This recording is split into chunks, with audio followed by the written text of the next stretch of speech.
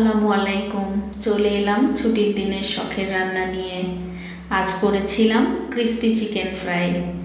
তো প্রথমেই আমি চিকেনটা ভালোভাবে ধুয়ে তার মধ্যে একে একে আদা বাটা, রসুন বাটা, জিরে বাটা, শুকনো মরিচ গুঁড়ো, হলুদের গুঁড়ো, লবণ, গোলমরিচের গুঁড়ো এবং সয়া সস দিয়ে ম্যারিনেট করার জন্য সুন্দরভাবে মাখিয়ে নিয়েছিলাম।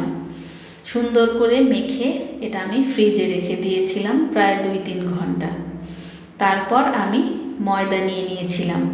ময়দাতে শুকনো মরিচের গুঁড়ো, গোলমরিচের গুঁড়ো এবং লবণ দিয়ে মিশিয়ে তাতে ম্যারিনেট করা চিকেনগুলো খুব সুন্দর করে চেপে চেপে লাগিয়ে নিয়েছি। তারপর একবার পানিতে ভিজিয়ে আবার ময়দাটা সুন্দর করে চেপে চেপে লাগিয়ে নিতে হবে।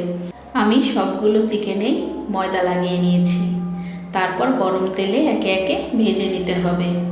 বাড়িতে থাকা উপকরণ দিয়েই আপনারা খুব সহজে ক্রিস্পি চিকেন ফ্রাইটা করে নিতে পারবেন। বাড়তি কোনো উপকরণ লাগবে না।